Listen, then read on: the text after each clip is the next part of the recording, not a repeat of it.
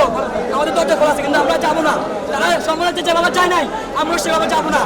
আমরা আমাদের দাবি এক দফা দাবি আদায় করে ছাড়া এখান থেকে যাবো না। আমাদের এক দফা দাবি, এক দফা আমাদের পরীক্ষা ক্যান্সেল করতে হবে এবং আমাদেরকে এসএসসি 2022 সালে এসএসসি যে পরীক্ষাটা হয়েছে ওই সাবজেক্ট মাফিক আমাদেরকে এই পরীক্ষা ফলাফল দিতে হবে 1 মাসের ভিতরে। এবার 1 মাসের ভিতরে, কারণ আমাদের সামনে ভার্সিটি অ্যাডমিশন আছে।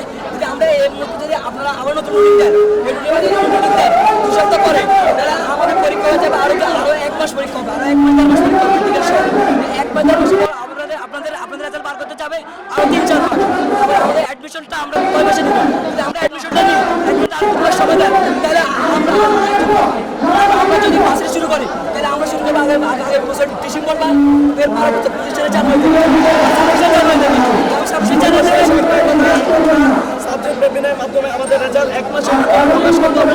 আমরা পুরো পরীক্ষা বসবো, আমরা যদি 1 মাস পেছানো হয় বা 2 মাস পেছানো হয় আমরা বসবো।